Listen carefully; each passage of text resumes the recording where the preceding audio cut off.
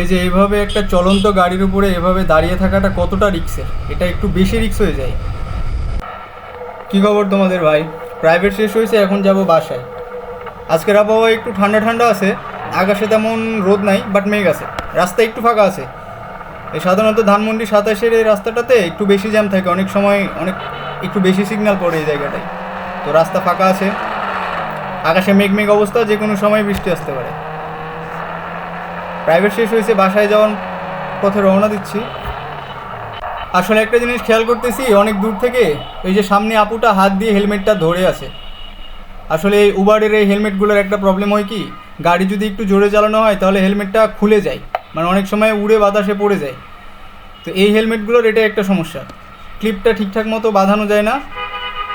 আর এই যে পড়ছে জ্যাম রাস্তায়, ভাই এই 32 নম্বরে এই জ্যাম লাগার আরেকটা বড় কারণ হচ্ছে এই যে বাস ড্রাইভারগুলা। ভাই এরা বাস না এক সাইডে চাপায় না কোনো সময়, এমনভাবে রাস্তার উপরে দাঁড় করাই দিয়ে যাত্রী ওঠানামা করে, পিছনে পুরো জ্যাম লেগে যায় আর সামনের দিকে পুরো ফাঁকা থাকে। এদের এই সমস্যাটা ভাই কখনো সমাধান হয় নাই। এই যে দেখেন বাসটা এত স্লো যায়, আর এদের জন্যই বেশি জ্যাম, পুরো রাস্তা ঘেরা থাকে। যাই হোক, আসাদ গেট দিয়ে বিজয় সরণির দিকে যাব ভাবতেছি। এখানে আবার মনে হয় সিগন্যাল পড়ছে একটা, কী ব্যাপার? সাইড দিয়া সিএনজি মামা ডাক দেয় কেন? কী ব্যাপার মামা, কী হয়েছে?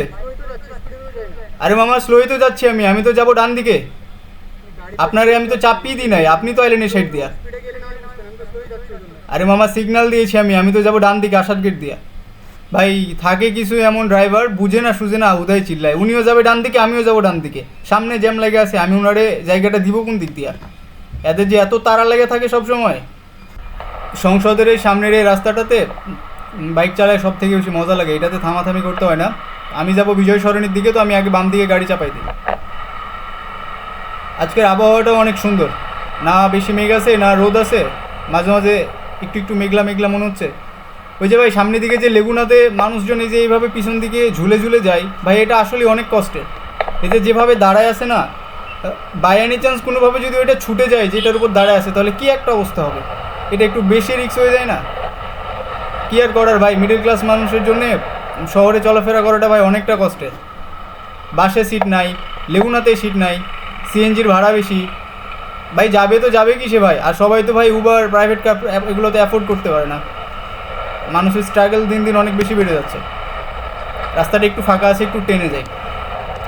এখানে আরেকটা সমস্যা ভাই, সামনের দিকে বিজয় সরণিতে আরেকটা জ্যাম পড়বে, এটা তো শিওর। ওখানে গিয়ে আরেকটু দাঁড়াইতে হবে। এই জ্যামেই ভাই জীবনের অর্ধেক সময়টা খাইয়ে দিল। প্রাইভেটের জন্য বেরোইতে হয় 1 ঘন্টা আগে, আবার আস্তে আস্তে লেগে যায় 1-1.5 ঘন্টা। 20 মিনিটের রাস্তা আসে 40 মিনিটে। ভর দুপুরের বেলা রাস্তায় গাড়ির চাপও কম আছে, গাছগুলো অনেক সুন্দর লাগে দেখে ভাই, ফুল আসছে। এমনি সময় ভাই সকাল টাইমে, অফিসের টাইমে বা অফিস ছুটির টাইমে যে পরিমাণ জ্যাম লেগে থাকে এই রাস্তায়, দুপুরবেলা তাই একটু ফাঁকা ফাঁকা মনে হচ্ছে। এই বিজয় সরণির এই জায়গাটা পার হতে পারলে অনেকটা আরাম পাওয়া যায়, নাহলে ভাই এই জায়গাতে অনেক সময় দাঁড়ায় থাকা লাগে। আমি একটা জিনিস বুঝি না ভাই, আপনাদের কাছে যদি হেলমেট থাকে তাহলে হেলমেট এইভাবে ঝুলাই নিয়ে যাওয়ার কি মানে? এই সামনে ভাইয়া আপুটা যাচ্ছে, হেলমেটটা পরে নিলেই তো হয় ভাই, সেফটির জন্য। হেলমেট নিয়ে এমনি ঝুলাই রাখে ভাই, কিছুই বুঝি না মানুষের কেমনে রুচি বা কেমনে কী ইচ্ছা।